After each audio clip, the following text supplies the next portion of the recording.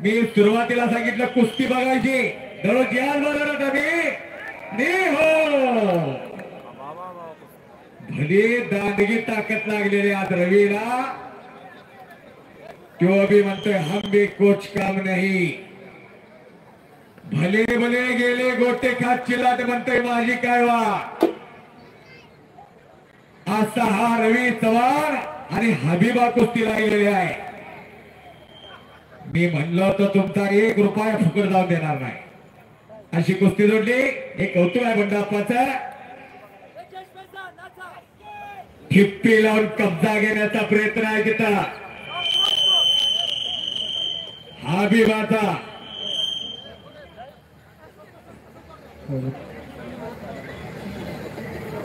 या महाराष्ट्राचा महाराष्ट्र केसरी होण्याची त्याच्या धमक आहे तो रविराज. आंतरराष्ट्रीय कुस्ती संकुलाला सराव करतोय आणि तोही काय कच्च्या गुरुचा चेला नाही. जागतिक कीर्तीचा पैलवान आहे तो. वर्ल्ड चॅम्पियनला हेवी गटामध्ये नंबर काढणारा पोरगा तो हबीबा.